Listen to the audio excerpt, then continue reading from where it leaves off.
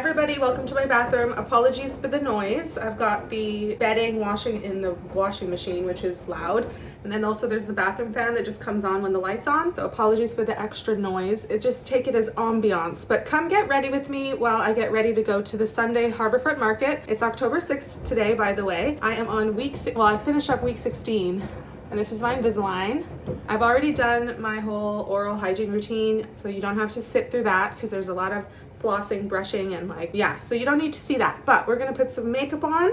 I've already put my moisturizer on, but I wanted to talk about some sunscreen because now that we're in spring here in New Zealand, the UV index is already getting so high. I checked my watch because I just like to have a guide, and my watch says that it is actually already at 11:44, a level 4 moderate, which level 4 requires sun protection already. So this is a sunscreen that I've been using and I really like it. As somebody who has oily, acne prone, sensitive skin, this works for me. So I did an order recently on Olive Young, which is a Korean skincare brand store. It's like their Sephora. Anyway, I'll put the name of it here because this is completely in Korean.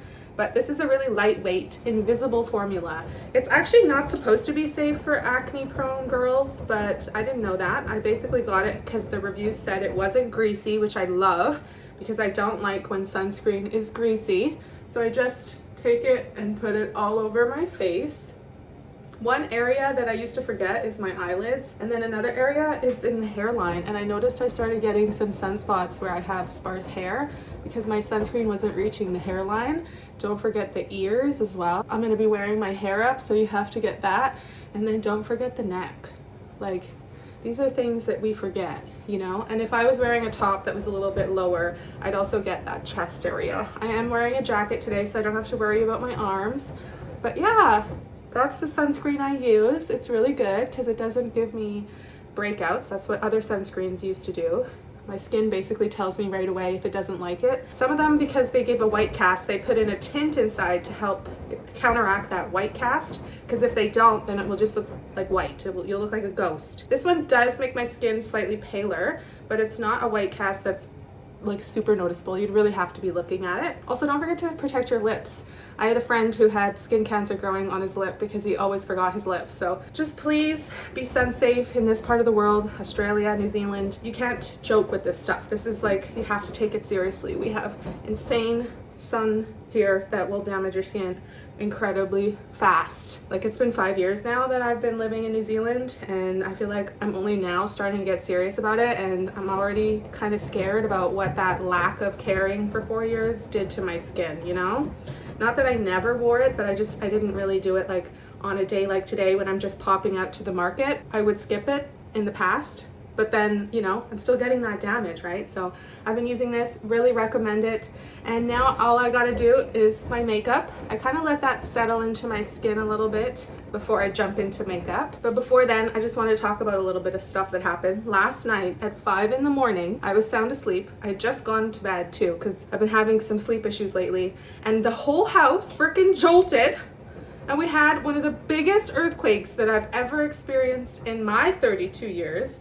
I have never felt that. The shaking that woke me up out of a deep sleep, and then a jolt. Just the whole building went crash. Things were rattling together. It was intense. I was in bed and I was just getting rocked. So I'm in an earthquake safe building. That means that the way that they construct the building is meant to sway with the movement of the earthquake so that it won't crumble. That also means that we sway. So it just felt like the whole world was crumbling down on top of me.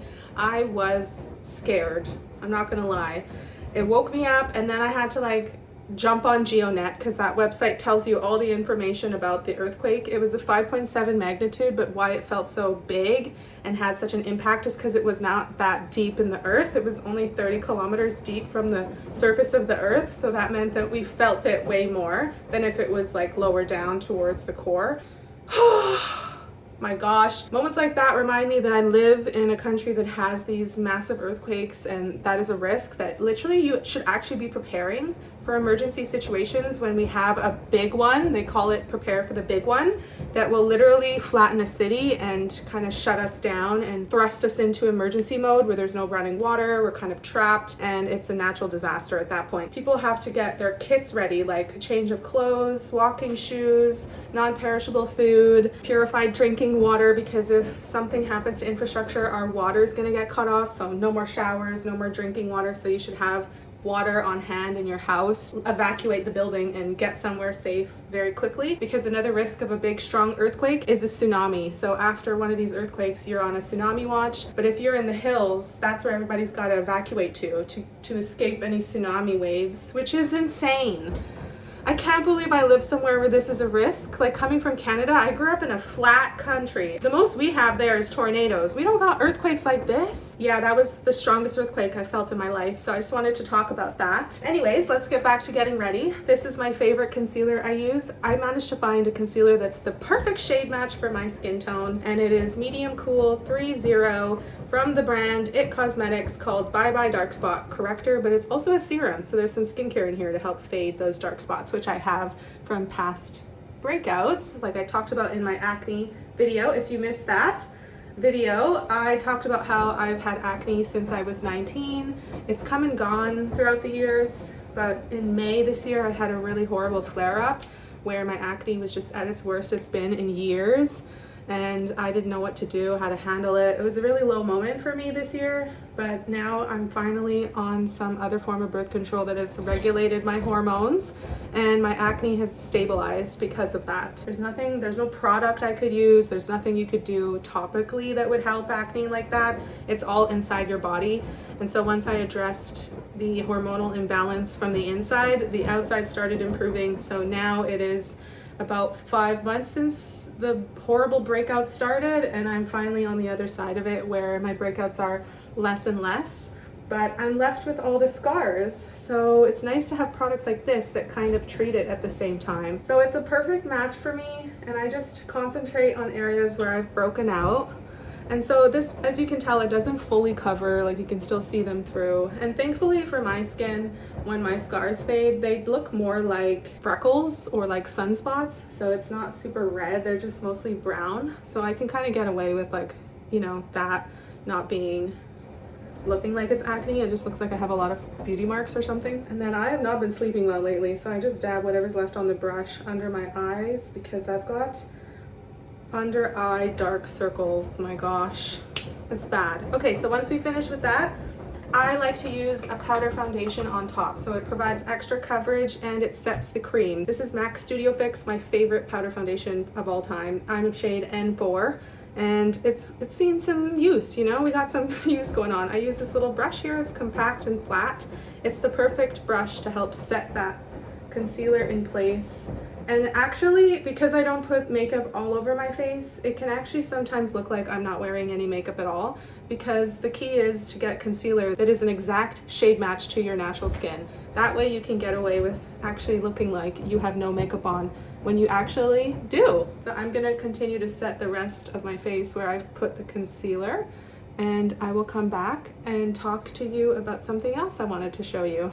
Okay, and that is my easy no makeup look. It basically is the routine I use to go to the gym, just run errands. I don't want to put a full foundation face on, but I do want to look a little bit more evened out, and that is my routine. I just put my hair up in a clip. Tried to make it a little presentable, but it's not looking the cutest today. That's okay.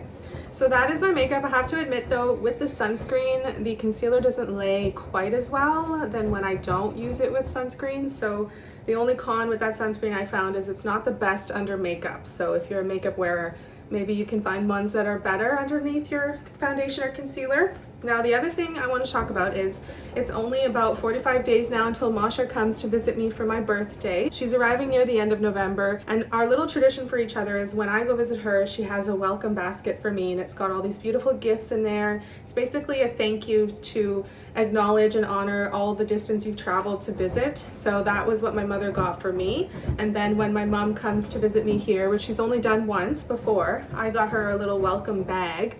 And the tradition back then wasn't as grandiose as it is now. But now it's turned into a welcome basket because there's so many things that we buy for each other before the person arrives to thank them for coming, that it went from a bag to a basket, okay? So one of the things I got from my mother is, we love the brand Scrub Daddy. If you like cleaning content, I think it's the best cleaning sponge out there. They were on Shark Tank and they became like a multi-billion-dollar company or something like that. Look at what I found. I found limited edition Scrub Daddy. When I saw that there was a Halloween special edition, look at, one of them is a little ghosty, one is a pumpkin, and one is Frankenstein. Oh my gosh. When I saw that, I was like, you know what? It is kind of expensive because it is limited edition. They charged about $6 per sponge for this pack. When you're cleaning and you look down at your sponge and you want something that will cheer you up, distract you from the fact that you're cleaning up grime, this is cute. This is what I'll be cleaning with. But yeah, I love it. You can use it in the kitchen, in the bathroom. See what it says there? Soft, firm. That's like the benefit of using Scrub Daddy. Here's the ghost. Oh, that is so cute. I love that. And then I think so far the Frankenstein's my favorite, but this is a close second. Look at that. Come on. You know, Halloween is not even a big deal in New Zealand. It is not like it is in North America, but this is just exciting. It's actually giving Ireland right now. These are the Ireland flag colors. But yeah, I wanted to show you that because I got one for me. This is mine. Don't think I just pulled apart my mom's, and I got one for her. So I got two of them, and I supported a local New Zealand business in Papamoa, so I'm happy about that because they sell it, they're a reseller, and it's going straight back to a local Kiwi family, so I feel good about my purchase for that.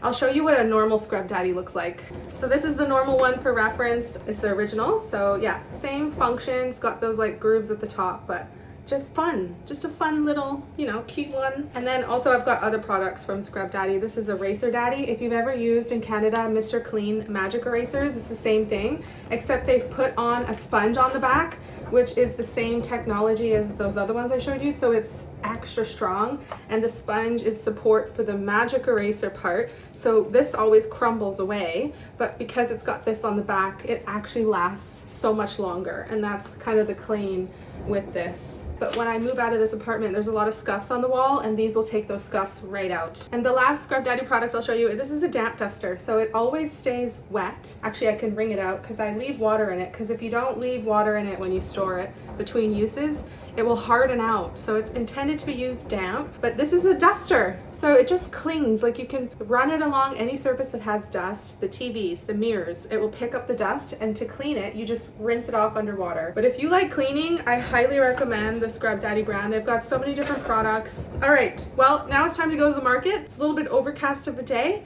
so we'll see what kind of fruits and veggies they have. I'll take you along for a little bit of the journey.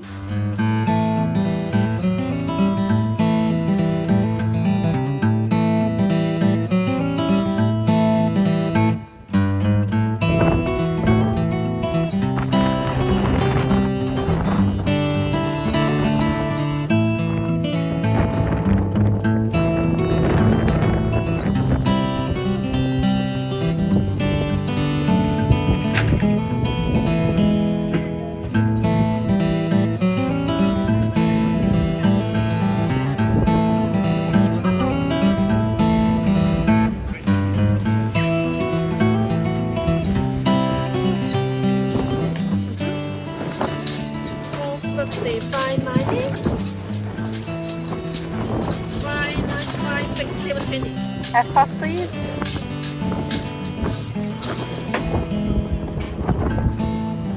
There's nothing like some good old Wellington wind gusts. I really don't like Wellington wind gusts, to be honest with you, but I'd rather it be windy than raining, and it was forecasted to be raining today, so I'm just happy that it wasn't, and that I got to go to the market today dry. I stop off at New World after I go to the market, but I didn't really pick up too much this week. Just some vegetables, little bit of apples. The fruit is kind of lacking, I'm gonna be honest with you. I wish that there was some kind of nice fruit. It seems that there's a lot of grapes right now, but a lot of them are being imported from the US, so it's not like they're local or anything. I came home and I put all my stuff away, but I wanted to do a closeout of this update with an Invisalign update because I mentioned earlier that it is week 16. Tomorrow I'm entering week 17, which just seems surreal to me because my treatment plan is only meant to be about 21 weeks. By the end of October, my teeth are gonna look unrecognizable. They already look so much straighter. Like the actual changes is insane. I'm flossing and brushing after every time I have food.